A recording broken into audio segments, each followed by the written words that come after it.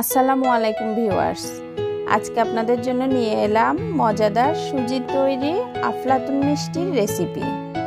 আমার প্রতিটি ভিডিওতে কোনো উপকরণ হিডেন না করে টিপস সহকারে পারফেক্টভাবে বিস্তারিত দেখানোর চেষ্টা করি।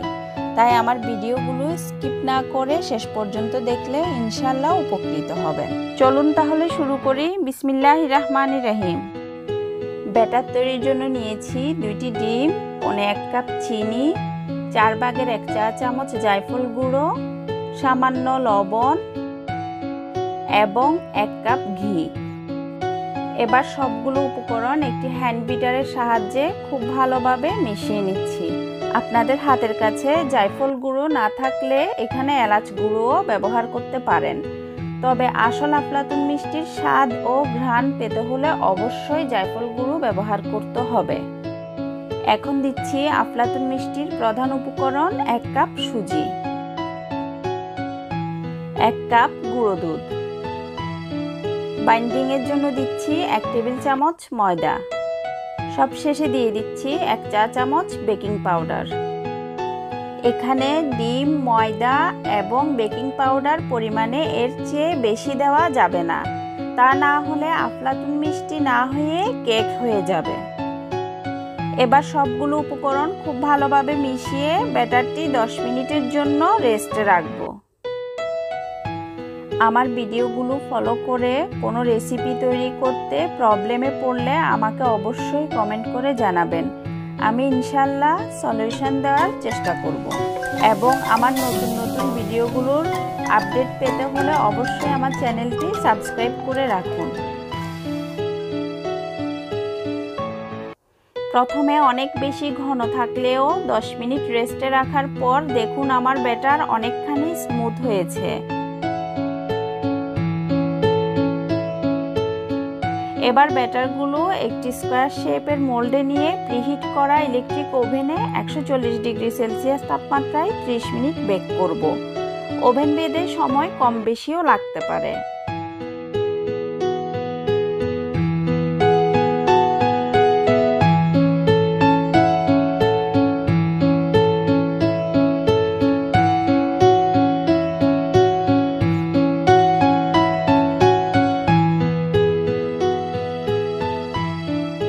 বেকিং এর ফাঁকে শিরা তৈরির জন্য নিচ্ছি আধা কাপ চিনি,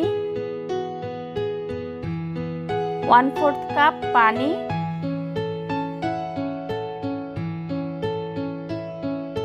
এবং 1 ফালি লেবুর রস নিংড়ে দিয়ে ফুটে ওঠা পর্যন্ত অপেক্ষা করব।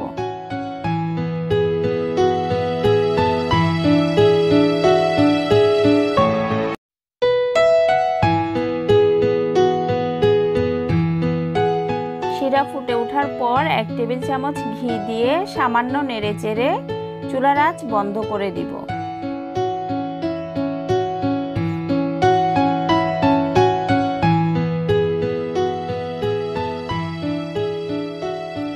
মিনিট পর আমার আফলাতুন মিষ্টি পুরোপুরি হয়ে গেছে।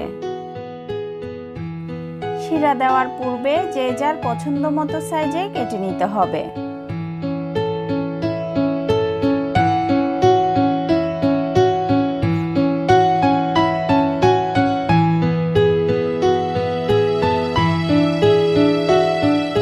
মনে রাখতে হবে শিরা এবং মিষ্টি দুটোই কিন্তু সমান তাপমাত্রার হতে হবে।